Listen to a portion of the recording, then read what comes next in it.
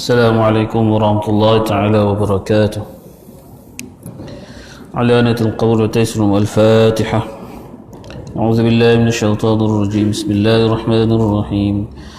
الحمد لله رب العالمين الرحمن الرحيم مالك يوم الدين إياك نعبد وإياك نستعين اهدنا الصراط المستقيم صراط الذين أنعمت عليهم غير المغضوب عليهم ولا الضالين آمين. الحمد لله الذي بنعمته تتم الصالحات ورزقنا من الطيبات. أشهد أن لا إله إلا الله وحده لا شريك له وأشهد أن سيدنا محمدا عبده ورسوله. اللهم صل صلاة جلال وسلم سلام جمال على حضرة حبيبك سيدنا محمد واغشه اللهم بنورك كما غشيته سحابة التجليات فنظر إلى وجهك الكريم وبحقيقة الحقائق كلم مولاه العظيم الذي أعاذه من كل سوء. اللهم فرج كربنا اللهم فرج كربنا اللهم فرج كربنا كما وعدت أمن يجيب المضطر إذا دعاه ويكشف السوء وعلى آله وصحبه أجمعين. اللهم افتح علينا فتوح العارفين. اللهم زدنا علما نافعا وارزقنا فهما واسعا. اللهم زدنا ولا تنقصنا اللهم زدنا ولا تنقصنا اللهم زدنا ولا تنقصنا. اللهم أرنا الحق حقا وارزقنا اتباعه وأرنا الباطل باطلا وارزقنا اجتنابه. آمين. ما بعد. Alhamdulillah, dirahmati dan dikasihi barisan pimpinan Masjid Bandar Justin, para pegawai, imam-imam, bilal-bilal, siap-siap yang dimuliakan para alim ulama serta muslimin semua rahmati Allah sekalian. Pertamanya dan selamanya kita memanjatkan syukur kepada Allah Subhanahu wa taala. Kerana dengan izin Allah Subhanahu wa taala maka kita dapat dihimpunkan untuk sama-sama mengerjakan salat fardu maghrib secara berjamaah. Seterusnya kita syukur kepada Allah Subhanahu wa taala juga kerana Allah Subhanahu wa taala menggerakkan hati kita untuk terus kekal berada dalam rumah Allah ini untuk sama-sama kita mengikuti ataupun berkongsi dalam satu majlis ilmu yang padanya mudah-mudahan Allah Subhanahu wa taala mencatatkan pahala amalan kita untuk mudahkan kita masuk ke syurga-Nya insya-Allah. Muslimin muslimat yang rahmati Allah, kita masih bicarakan kitab Asy-Syama'il Al-Muhammadiyah, satu kitab yang menceritakan kepribadian Nabi sallallahu alaihi wasallam, kesempurnaan Nabi sallallahu alaihi wasallam yang merupakan seafdal-afdal makhluk. Tiada makhluk yang lebih afdal melainkan Nabi sallallahu alaihi wasallam. Yang mana sebab itu kita harus memuji baginda Nabi sallallahu alaihi wasallam pada setiap masa untuk mendatangkan mahabbah, rasa cinta kita kepada Nabi sallallahu alaihi wasallam. Bukan dipuja tapi memuji. Bila kita puja, lama kelamaan nanti tersilap langkah menjadi syirik. Kita menyembah kepada Nabi Muhammad SAW pula. Kita memuji Nabi SAW, insan yang agung. Baik. Kita berada dalam satu kitab hadis, iaitu ada dalam kitab ini kitab hadis yang dikarang oleh Imam Abu Isa As-Sawr At-Tirmidzi. Kitab hadis yang mengandungi lebih kurang 4 atau lebih hadis, mengandungi 56 bab, dan kita berada pada bab yang ada ingat ke bab berapa? Bab ke-8 tak silap saya. Bab maja fi libasi Rasulullah sallallahu alaihi wasallam, bab berkenaan dengan pakaian Nabi sallallahu alaihi wasallam. Bab berkenaan dengan pakaian. Dan kita sampai kepada hadis yang ke-63 insya-Allah. Dalam kitab saya tandanya 63. Tak apa kalau kita mengulang pun tak ada masalah, dia ilmu tambahan insya-Allah. Baik, dalam hadis ni, dalam bab pakaian, sudi saya ingatkan kembali bahawa apa-apa sahaja yang terjadi pada Nabi Muhammad SAW ada kelebihannya masing-masing. Nabi SAW berkata ada kelebihannya. Nabi SAW makan dan minum ada kelebihannya berbanding orang lain. Hatta Nabi SAW najis Nabi SAW pun ada kelebihannya berbanding orang lain. Itu kena kita ingat. Tapi najis tak imam, minta maaf, dia tak ada kelebihan daripada orang lain. Jangan duk buat bid'ah, syirik. Nabi SAW saja yang ada kelebihan. Apa-apa yang ada pada Nabi SAW semua menjadi athar ataupun boleh menjadi kesan untuk kita bertabaruk, mengambil keberkatan pada Nabi SAW. Hatta pakaian baginda disebutkan apa, Sayyidatina Asma binti Abu Bakar. Sayyidatina Asma binti Abu Bakar, ya ini siapa? Anak Abu Bakar lah. Kakak kepada Aisyah, kakak kepada Ummul Mukminin Sayyidatina Aisyah radhiyallahu anha. Dia menyimpan kain izar Nabi SAW, kain izar Nabi. Kita tahu dah, kita dah sebut dah dalam pengajian kita 30 tahun yang lepas. Kain Nabi suka pakai pakaian dipanggil apa? Hullah. Yang mana hullah ini umpama pakaian orang lelaki yang pergi mengerjakan haji atau umrah, dipanggil ihram, mana ada atas dan bawah. Yang kain bahagian atas tu kita panggil rida. Kita panggil rida. Lalu yang kita pakai begini ni bukan dipanggil rida lagi. Ni dipanggil apa tuan-tuan? Yang Tuan Imam kita pakai ni. Orang kita panggil selempang lah. Bukan pernah bukan ni pelempang tau. Ini dalam bahasa kita panggil burdah. Duk pakai gini burdah. Tapi kita buka kain burdah ni, buka luar-luar, kita buat balik macam kain ihram atas tu, maka dia jadi rida. Kain yang sama. Kain melekat tuan-tuan tu, kain sarung tuan-tuan tu, tuan-tuan pecat sekarang, pecat pula, tanggal kain tu pakai ke atas, maka dia tetap jadi rida. Kain yang sama. Dan kain rida yang sama juga tuan-tuan pakai dekat bawah, dia jadi kain izar. Kan kita tengok ada masyarakat India kita pakai kain doti kan, dipanggil doti. Kain tu dia tak ikat macam kita, tak jahit macam kita, tapi tetap kain tu dipanggil izar. Itu kelebihan. Apa yang berubah, benda yang sama tapi berubah keadaan menjadi namanya berbeza. Baik. Asma binti Abu Bakar dia simpan kain izar Nabi untuk apa? Litabarruki wa istishfa, untuk ambil keberkatan dan juga untuk berubat. Sehingga kan ada sahabat yang datang sakit minta ubat. Sayyidatina Asma buat apa? Ambil kain izar Nabi, nak ambil balik tubuh sahabat tadi yang sakit tadi. Maka sembuh penyakit tadi dengan izin Allah SWT, sebab izar Nabi. Itu kelebihan apa pada Nabi. Kalau kita ambil kain burdah atau imam, balik kat badan kita tengah demam, elok tak? Wallahu alam, dengan izin Allah mana tahu kan. Tapi Nabi sahaja yang ada kelebihan begitu. Baik.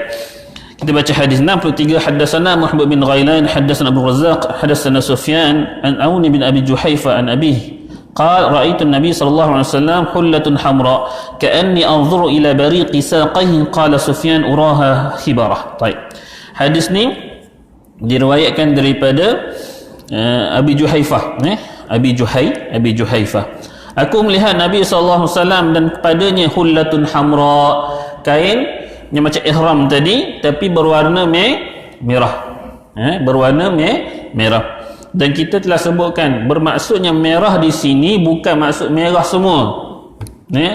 Maksud merah di sini setiap kain Nabi, walaupun nama dia hullah, walaupun nama dia sepasangnya warna merah, ada lepas ni kita akan jumpa hadis yang Nabi pakai warna hijau. Kain ihram macam kain ihram tu warna hijau semuanya. Tapi Nabi mesti pakai dalam keadaan macam mana? Mesti ada jalur, mesti ada garis ataupun bercorak. Bukannya terus je warna hijau semua daripada atas bawah hijau, tak.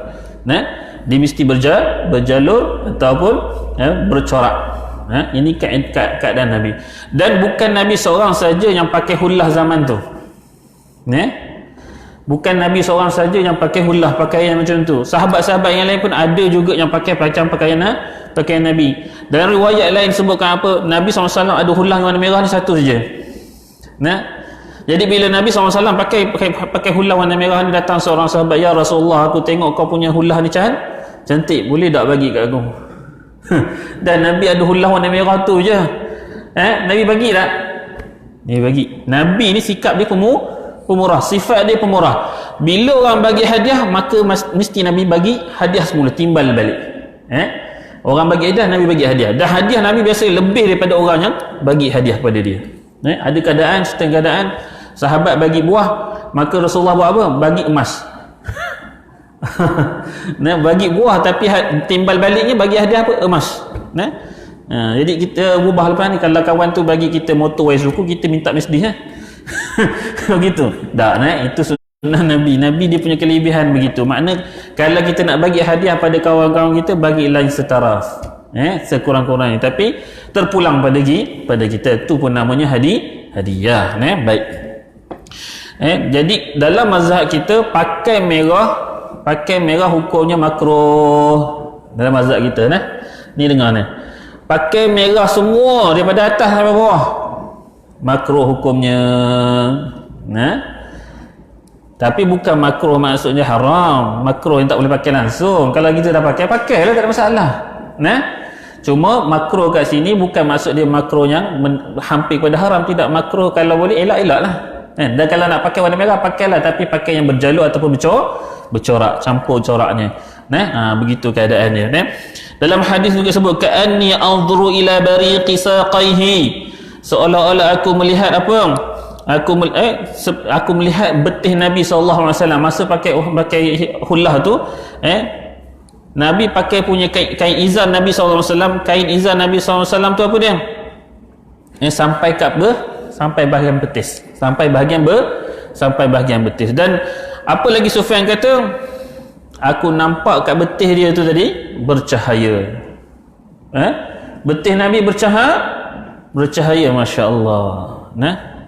Cuba tengok betih kita. Allah. Betih Nabi bercahaya, tuan-tuan. Awal-awal kita dah sebut dulu, masa kita belajar fizikal Nabi sallallahu alaihi wasallam, kita dah sebutkan apa? Nabi ni gigi dia buka gigi dia pun bercahaya. Batang hidung Nabi ni pun bercahaya. Kawasan yang bulu tak tumbuh semua bercahaya. Tak perlukan lighting, bantuan pencahayaan tak perlu. Kalau masuk ke zaman Nabi, andai kata ada full HD punya tu, tak perlu nak make up, nak nampakkan cantik tak. Nabi punya handsome memang tahap dia memang tak boleh nak wan siapa-siapa. Itu kehebatan Nabi SAW. Dalam hadis ini juga ada satu hukum, iaitu berkenaan dengan satu hukum fiqh yang mana menjadi perbincangan hebat, iaitu isbal. Isbal dalam hadis ni. Dalam hadis ni kata Nabi pakai sampai ke betis. Dalam hadis yang sahih disebutkan bahawa siapa-siapa mafhum dia, siapa-siapa yang pakai kain atau labuhkan pakaian dia lebih daripada buku lali, maka tempat dia di mana? Neraka. Hadis sahih. Yang mafhum dia, tempat dia neraka. Akan tetapi ada hadis lain pula nak menerangkan bahawasanya isbal ni macam mana keadaannya dikatakan isbal. Isbal ni bukan setakat pakaian kita yang bawah ni, izar ni. Isbal dekat lengan baju pun jadi isbal. Lebihkan Nabi SAW, kita sebut Nabi SAW pergelangan baju dia sampai mana? Dekat rusghi, ar-rusghi sini. Ni sampai sini je lengan baju Nabi. Andai kata kita buat baju yang sunnahnya begini, sampai sinilah, sampai lengan kita, sampai pergelangan tangan. Tapi kalau terlebih, kalau ikut hadis tadi, neraka kita. Macam mana? Sebab berapa ramai daripada kita, beritahu saya tuan-tuan, lebih sikit daripada pergelangan tangan, betul? Berapa ramai masuk neraka? Ni kita konsep kita nak faham hadis. Nak faham hukum bukan satu hadis saja. Banyak hadis lain. Jadi ada hadis lain, sehingga kan satu keadaan, satu hari Sayyidina Abu Bakar berjumpa dengan Rasulullah SAW tentang hadis ni, tentang isbal. Ya Rasulullah, adakah aku ni kira orang-orang neraka? Sayyidina Abu Bakar orang neraka, tuan-tuan. Pasal apa? Sayyidina Abu Bakar, tuan-tuan, Sayyidina Abu Bakar dipakai seluar dia lebih daripada buku lali. Ni khalifah kita yang pertama pakai seluar terlebih buku lali. Lepas tu, aku ni macam mana orang neraka ke Rasulullah? Tak, bukan pada engkau ya Abu Bakar, engkau bukan ahli neraka. Kenapa? Pada engkau tak ada khuyala, sombong.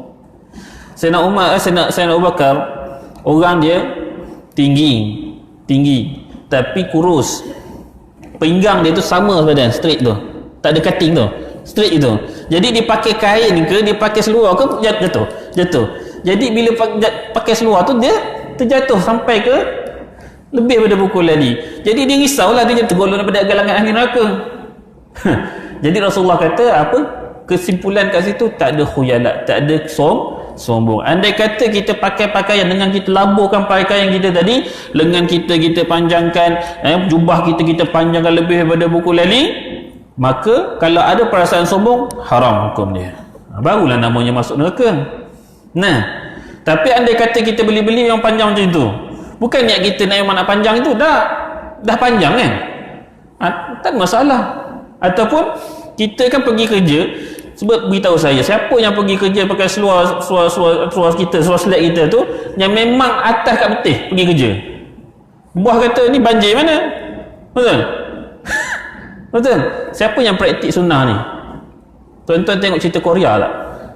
Saya terlepas barang tu tengok cerita Korea pula kan. Korea hati-hati lelaki dia semua pakai dekat betih. Seluar selek ni. Kalau tengok berlakonnya, dekat betih, angkat sikit pada bekal lali. Oi, ini sunnah Nabi. Nah, ni artis Korea pakai macam tu. Kita sendiri tak tahu. Nah, tapi jangan dalam bab hadis ni kita jangan hukum orang yang pakai bawah buku lali masuk neraka tu. Nah, jangan hukum gitu. Dan kita jangan pula kutuk orang duk pakai 3/4 tu yang sampai ke betih tu. Apa ni banjir ke? Nabi ni kutuk sunnah Nabi tu. Jangan terpulang. Dan orang yang pakai 3/4 jangan pula tunjuk kata masuk neraka ni. Jangan buat gitu. Itu bukan sunnah Nabi. Jadi apa-apa pun kalau kita pakai, tak kisah kita pakai jubah yang elok molek pun, kalau lengan pendek macam mana pun, tak sampai ke buku lali pun, ikut sunnah Nabi, tapi dalam hati tetap ada khuyalat, tetap haram. Sebab itu Nabi bila dapat baju, iza stajadda saubahu atau imamatan, dia kata apa? Nabi bila dapat baju atau pakaian baru, Nabi baca doa. Ingat dah doa dia? Tak ingat Ustaz? Tak apa. Doa ni mudah bahasa kan? Bahasa kita sendiri kita nak baca doa ni, kita tak apa bahasa Arab, baca doa kita sendiri. Ya Allah, aku nak pakai baju ni, ya Allah, kalau ada kebaikan padanya, bagilah kebaikan tu padaku, kalau ada keburukan padanya, jauhkanlah daripada aku. Cukup. Kalau dah tak hafal doa bahasa Arab, tak ada masalah. Islam ni mudah. Ini mana kitab hadis tu nak check dari mana doa tadi Nabi bagi? Jenuhlah. Terpulang pada kita, tak diwajibkan kita nak baca doa dalam bahasa Arab lepas mayang pun tak wajib baca doa bahasa Arab, betul tak imam kita? Tak ada. Dalam mazhab kita 4 mazhab pun tak ada wajib kata lepas mayang tu baca doa bahasa Arab pula, tak ada. Tak ada. Baik, baca tak ada masalah. Baca doa tu, mudah-mudahan apa yang kita pakai, apa yang kita guna semua mendapat keberkatan. Itu yang penting. Itu yang penting, isi daripada hadis ni sebut. Baik. Hadis terusnya. حدثنا علي بن خشرم قال حدثنا عيسى بن يونس عن إسرائيل عن أبي إسحاق عن البراء بن عازب.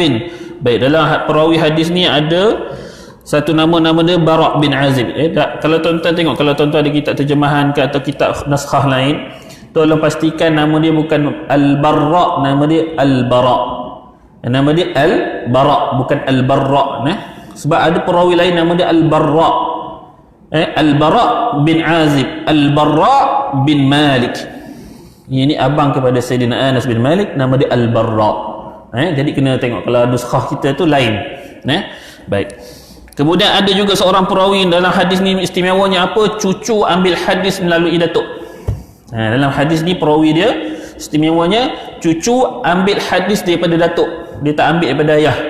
Tapi perawi ni juga nanti ada satu hadis lain, 3 orang ni, cucu, anak dia tadi, bapa dia dengan atuk yang 3 ada, semua 3 ni ada dalam perawi. Ni hadis ni ada. Hadis ni dia langkau. Salah nama perawi dia apa? Israel. Israel. Nama tu dia Ishaq. Kehebatan seorang perawi nama dia Ishaq dalam hadis ni, nama dia Ishaq As-Sabi'i. Ishaq As-Sabi'i ni imam qiraat. Orang qiraat.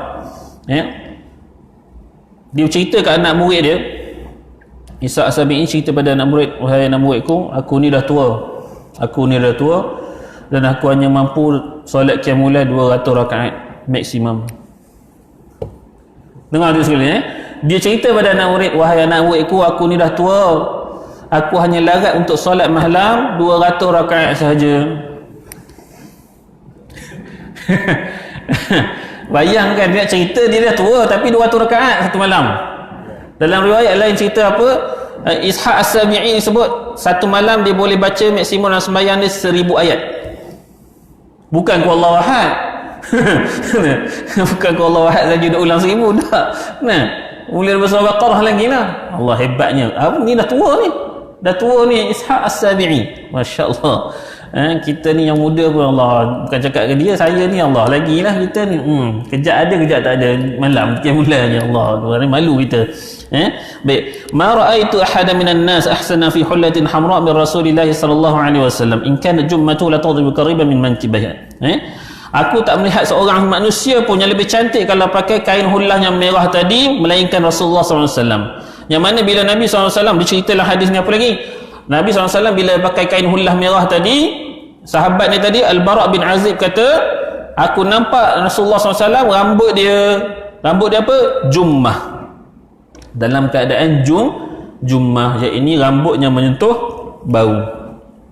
Nabi ada 3 keadaan rambut.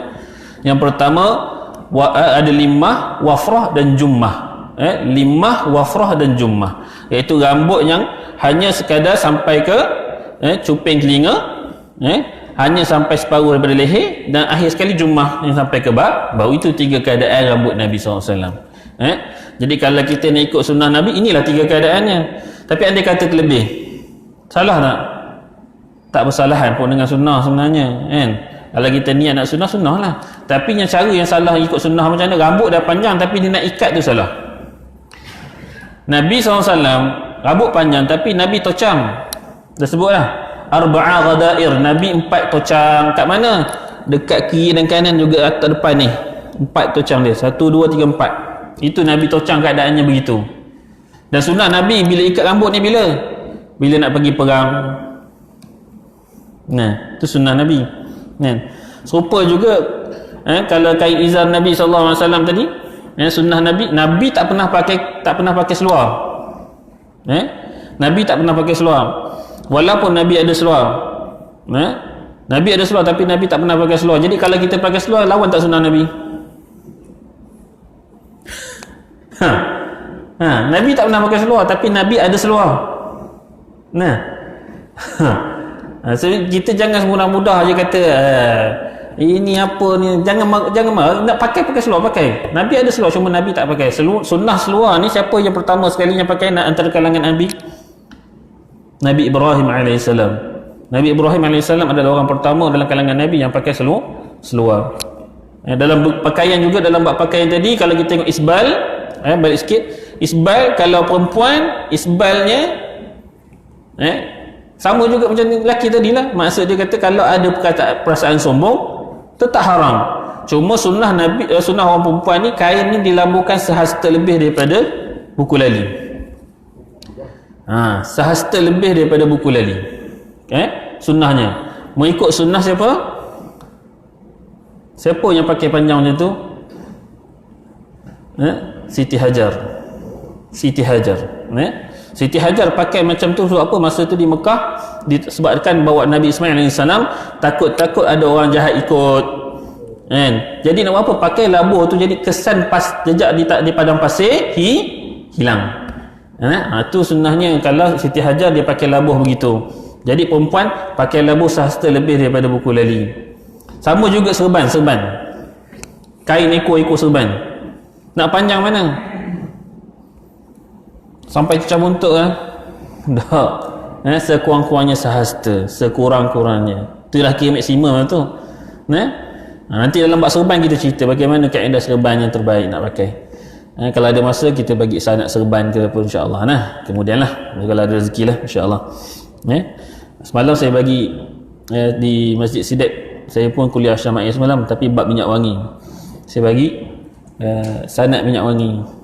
Musalsal minyak wangi, macam mana cara Nabi pakai minyak wangi yang sebenarnya, macam mana kita pakai minyak wangi sebenarnya, kita pakai minyak wangi banyaknya apa, sapu-sapu minyak wangi ambil gini, kan, dari ini betul, satu pakaian, kan.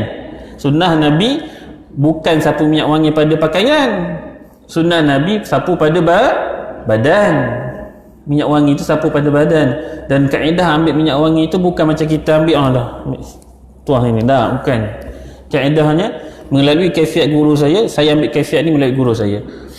Ada kaifiat, banyak cara kaifiat Nabi SAW ambil minyak wangi. Ada yang tadah begitu, ambil minyak wangi tadah gitu, sapu. Kaifiat lagi satu ni saya ambil bila ambil minyak wangi tu, tapi ni ada ijazah dia, nanti saya bagi ijazah lah kemudian lah. Ambil kalimah Allah, tulis kalimah Allah, ambil jari telunjuk yang ni, sapukan ke jari telunjuk yang ni, sapukan jari telunjuk yang ni. Tadi dah sapu, ambil tulis Allah ni, sapu, letak kat jari telunjuk yang ni, sapu, lepas tu baru kening jambang kita, lepas tu baru satu badan, sapu satu badan. Itu sunnahnya, kaedah yang terbaik lah. Tapi kalau nak buat macam ni, salah tak? Masuk neraka? Tak, boleh je. Itu cuma sunnah Nabi. Kita ikut sunnah dapat pahala, itu yang kita nak. Itu je. Tak ada masalah, insya-Allah. Bukan terus masuk neraka.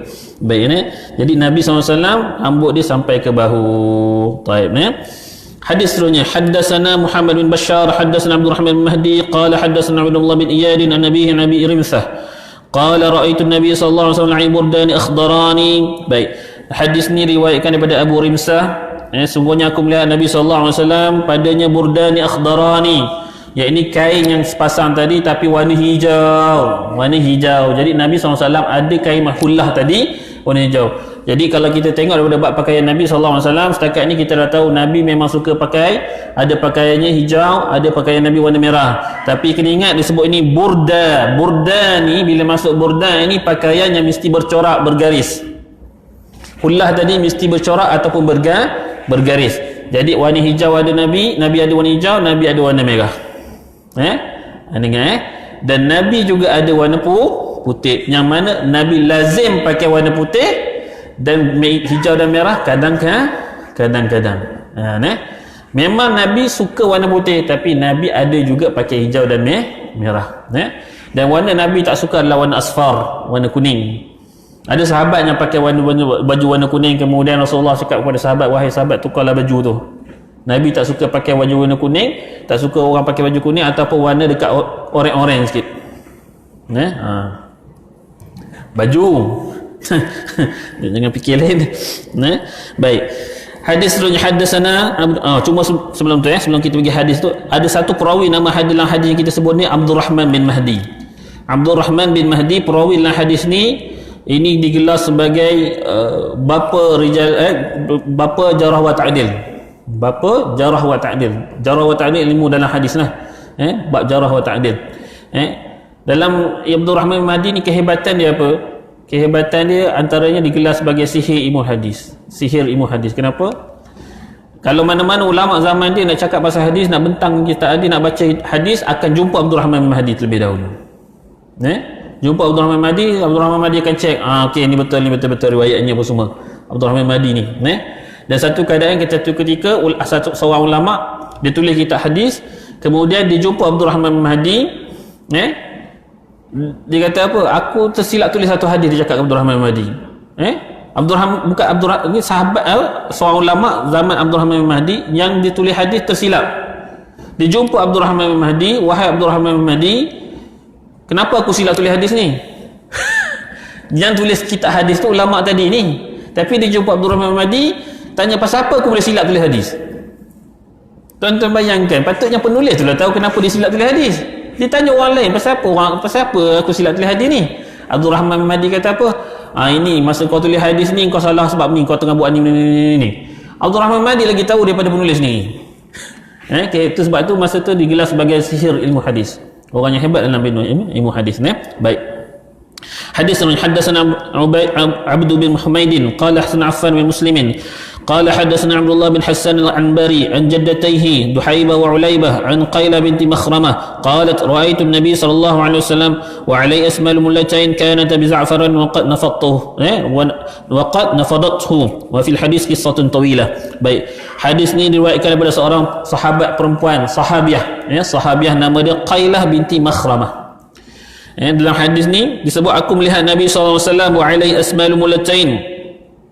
Aku melihat kain Nabi SAW, dua helai kain tadi, atas dan bawah, mulatain. Dah lusuh. Dah lusuh. Kanata bi za'faran wa qad nafadathu. Dia kata apa, aku dah tengok kain Nabi SAW ni yang dua helai tadi, macam hullah yang pakai ihram tadi, warna za'faran, tapi dah lusuh, dia kata. Nabi pakai pakaian apa yang ada, Nabi pakai. Itu keadaan Nabi SAW. Apa makan ada, Nabi makan. Apa minuman ada, Nabi minum. Itulah keadaan Nabi SAW. Jadi dalam keadaan ni disebut apa, Nabi SAW pakai hullah yang warna za'faran dan dicelup dengan za'faran, dan di kain tu dah lusuh, kata Qailah binti Makhramah. Jadi Nabi pernah celup kain dia warna putih tadi, kain hullah warna putih, dicelup ke dalam za'faran. Za'faran ni kan buat yang safran dalam bahasa kita, safran. Dalam bahasa kita duk buat nasi Arab kan, warna tu kan, kita buat macam pewarna tu, jadi colour begitu, seolah-olah kuning-kuning gitu, tapi dah luntur kain Nabi SAW. Dalam hadis sebut apa, wa fi hadisin qissatun tawilah. Dalam hadis ni ada kisah yang panjang. Kisah dia apa tuan-tuan?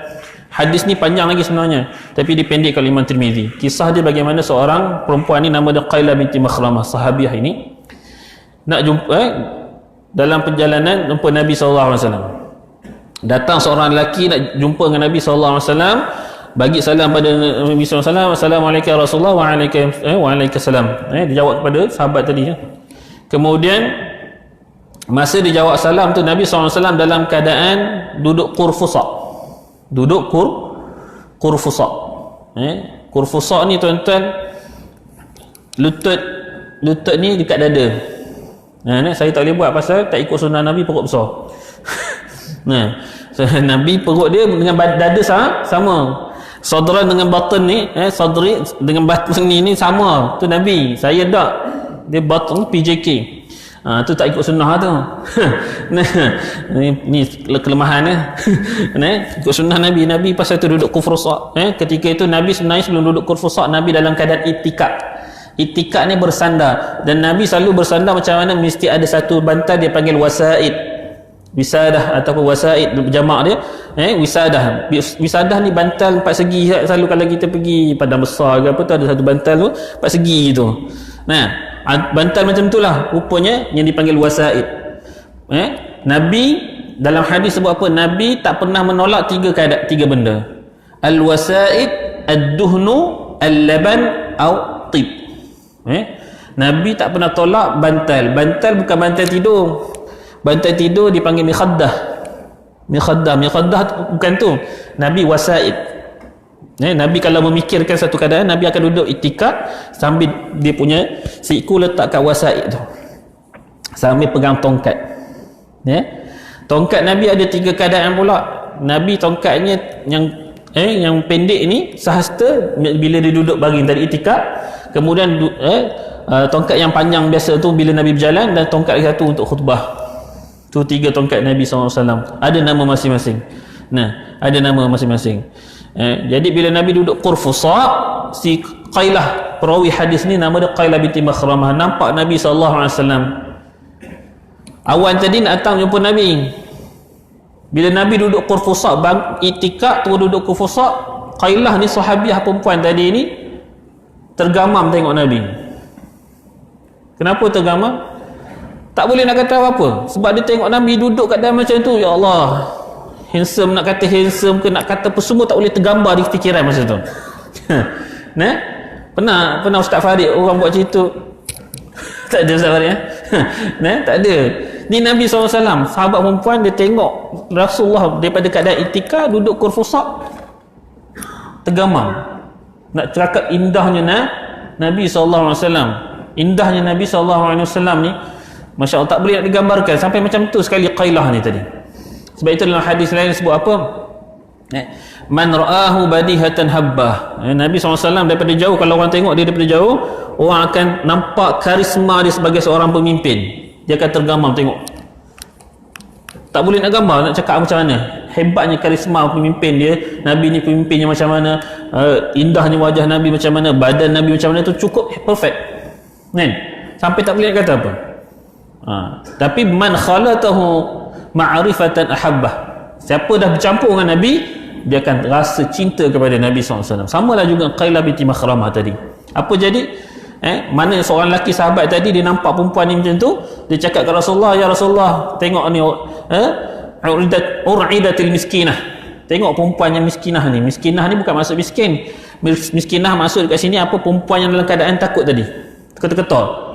Maka Rasulullah kata, alaikis sakinah, ya miskinah alaikis sakinah. Wahai orang yang ketar-ketar tadi, perempuan yang ketar, pada engkau, dalam bahasa kita, kul, gitu bahasa kita lah, bahasa kita nak mudah faham. Nabi cakap kat Qailah tadi, barulah Qailah tadi, Allah, baru lepas dia punya rasa tergamam dia tadi. Allahu Akbar. Ini nak cerita pasal hadis. Dan masa tu lah Qailah nampak Nabi SAW pakaian dia lusuh, yang warna za'faran, dia celup za'faran tadi lusuh. Ini cerita hadis ni lah. Jadi Nabi pakai apa sahaja yang ada. Hadis seterusnya, حدثنا قتيبة بن سعيد قال حدثنا بشر بن المفضل عن عبد الله بن عثمان بن خثيم عن سعيد بن جبير عن ابن عباس قال قال رسول الله صلى الله عليه وسلم عليكم بالبياض من الثياب يلبسها أحياؤكم وكفنوا فيها موتاكم فإنها من خير ثيابكم. Hadis datang daripada Ibn Abbas. Ibn Abbas kata apa? Nabi SAW bercakap, alaikum bil bayad min athiyab, atas kamu pakailah pakaian putih di kalangan kamu yang hidup, dia kata. Kenapa?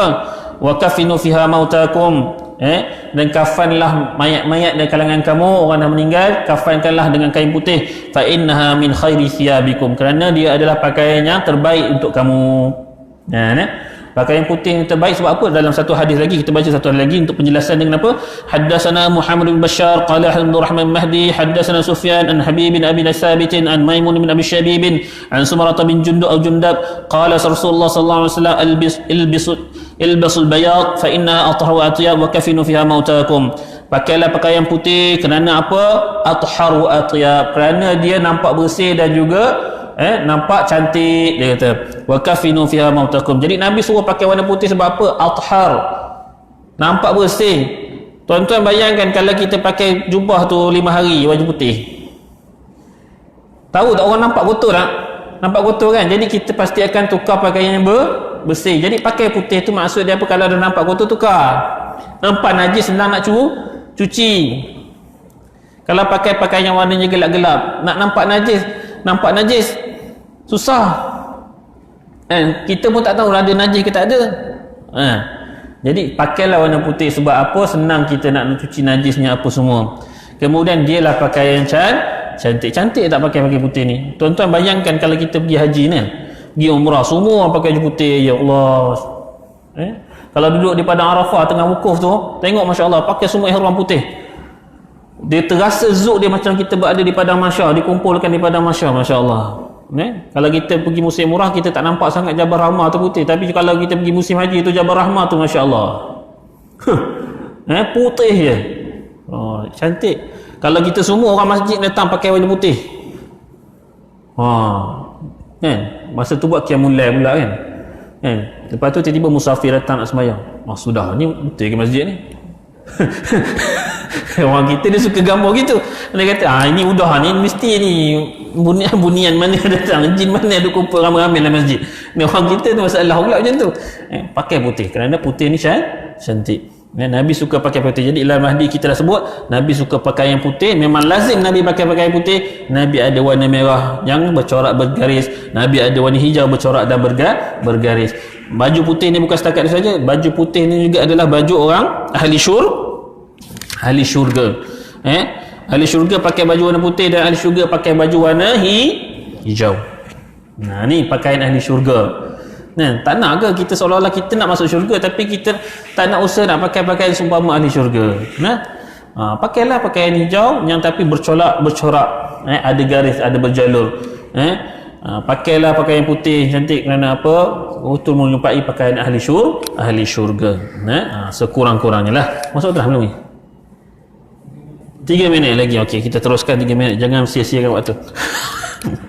Baik, hadis selanjutnya hadatsana Ahmad bin Mani'in qala hadatsana Yahya bin Zakaria an Abi Zaidah hadatsana Abi an Mus'ab bin Shaybah an Safiyyah bin Shaybah an Aisyah qalat kharaja Rasulullah sallallahu alaihi wasallam zata ghadatin wa ali marut min sya'ri al-aswad Baik, keluar Nabi sallallahu alaihi wasallam, hadis daripada Aisyah, keluar Nabi sallallahu alaihi wasallam satu hari wa alaihi mirtun min sya'ar. Padanya satu pakaian yang diperbuat daripada bulu yang hitam. Nabi SAW pakai mirtun ni, ada sebagian ulama menafsirkan mirtun tengah pakaian yang daripada pinggang sampai ke bawah, yang diperbuat daripada bulu hitam. Bulu hitam, sama ada bulu kambing, yang dikatakan sama ada dibuat pada bulu kambing. Dan dalam setengah lagi ulama mengatakan, dikatakan mirtun min sya'ri aswad ini disebutkan pakaian Nabi SAW diperbuat daripada bulu kambing. Ada juga begitu. Baik. Kemudian bukan setakat saja yang dikatakan juga ini, pakaian mirtun ini juga adalah pakaian yang panjang yang diperbuat daripada kain cotton. Pakaian dibuat daripada kain cotton dari atas sampai bawah. Hadis terakhir dalam bab ni, hadatsana Yusuf bin Isa hadatsana Waqi' hadatsana Nabi Ishaq bin Abi Sa'id Nabi Sya'bi an Urwah bin Mughirah bin Syu'bah Nabi anna Nabi sallallahu alaihi wasallam bisa jubbatan wa rumiyatan dayiqatal kummain. Nabi sallallahu alaihi wasallam pakai baju daripada ni, hadis Syu'bah ni kata apa? Nabi sallallahu alaihi wasallam pakai baju jubbatan rumiyatan. Nabi pakai jubbah rumiyah. Dia buka gitu macam tuan-tuan bila gitu dak pakai ni. Dia buka semua butang ke ataupun separuh je? Butang ni atas dan bawah, buka ke bawah je, buka bawah je buka. Dia kalau separuh atas dan bawah sampai dibuka, itu dipanggil jubah. Ini qamis lah, ini qamis. Tapi jubah ni daripada atas sampai bawah tu dia terbuka. Atas dan bawah buka. Itu dipanggil jubah. Dan Nabi pakai jubah rumiyah. Jubah rumiyah ni maksud dia apa? Jubah rumiyah, nama dulu jubah rumiyah, tapi jubahnya berasal daripada Yaman. Kenapa? Yaman ketika itu di bawah pemerintahan kerajaan Rom, sebab itu dipanggil jubbatan rumiyatan, jubah orang Rom. Sebab apa? Bukan orang Rom yang pakai, sebab zaman tu Rom menjajah Yaman. Jadi baju tu berasal daripada Yaman, dia pakai baju tu. Itu dipanggil jubbatan rumiyatan. Dan akhir sekali apa? Dayiqatal kummain, yang mana lengan dia sempit. Lengan dia sempit. Jadi dalam hadis ni ulama mutaqaddimin, ulama zaman sekarang kata apa? Jadi kalau kita pakai kot, sesuai tak dengan sunnah Nabi? Pakai baju nak pergi kerja tu, pakai baju meja kita kan, kita butang sini rapat, sunnah sesuai tak dengan sunnah Nabi? Sesuai. Sebab apa? Nabi pernah pakai yang mana lengan dia rapat, sempit. Dan bila Nabi pakai macam ini, inilah sunnah Nabi. Bila Nabi nak cabut baju, nak keluarkan baju, Nabi bukan cabut macam kita cabut gitu terus. Nabi tolak. Bukan Nabi gitu terus. Nak ambil uduk pun, diceritakan dalam riwayat kata Nabi bila pakai yang rapat dia punya jubah ni, Nabi nak ambil uduk macam mana? Nabi bukan lipat, Nabi gitu, keluarkan tangan dia. Sebab itu namakan jubah. Jubah kan dia buka gitu. Kalau qamis susah, jadi jubah ni yang terbuka. Jadi bila tarik gitu, senang keluar tangan. Ni hadis ni sebut. Jadi andai kata kalau kita pakai pakaian hari ni, jadi pasti bertepatan dengan sunnah tak? Bertepatan dengan sunnah. Pakai kita elok pakai, nak pula pilih kaf tu, butang ni masya-Allah. Nak kaf rapat. Harga macam-macam. Kalau tuan-tuan buat jubah kat Arab Saudi tu, ni saja pun 1,000 untuk kafiling dia tu. Ada saya kalau pergi Arab Saudi tu, kadang-kadang jemaah, ustaz saya nak ustaz bawakan tempat saya pergi buat jubah. Bawa jubah. Kena quotation harga 1,000 jubah saja. 1,000 ustaz. Selai 1,000 terus. Tak apa ustaz, kita beli Haramain lah, 50 riyal je. Nak sangat tadi buat jubah. Itu dia beza dia. Allahu akbar.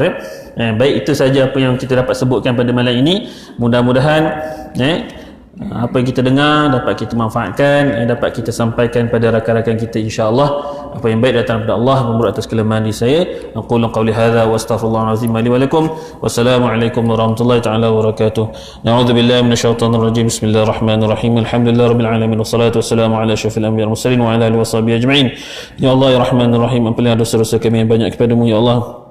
Ampuni dosa ibu bapa kami ya Allah, ampuni dosa ahli keluarga kami ya Allah, ampuni dosa jiran-jiran kami ya Allah, ampuni dosa seluruh kaum muslimin dan muslimat sama ada masih hidup dalam meninggal dunia ya Allah. Ya Allah ya Rahman Rahim, berkatilah segala ilmu kami pelajari pada malam ini ya Allah, supaya dapat kami amalkan sampai kepada orang lain ya Allah. Ya Allah, dengan asbab ilmu ini ya Allah, campakkanlah sifat takabur dan riak daripada kami ya Allah. Jadikan kami untuk orang lain mendapat asbab untuk orang lain mendapat hidayah ya Allah. Ya Allah Rahman Rahim, dengan majlis ini ya Allah, mudah-mudahan ada keberkatan padanya ya Allah. Kau angkatlah wabak COVID-19 daripada muka bumi ini ya Allah. Sesungguhnya kami tidak berdaya melawan kehendak-Mu ya Allah. Rabbana atina fid dunya hasanah wa fil akhirati hasanah wa qina adzabannar. Wa sallallahu ala nabiyyina Muhammadin sallallahu alaihi wasallam walhamdulillahirabbil alamin. Kita tahu tasbih kafara juga satu asr. Subhanakallahumma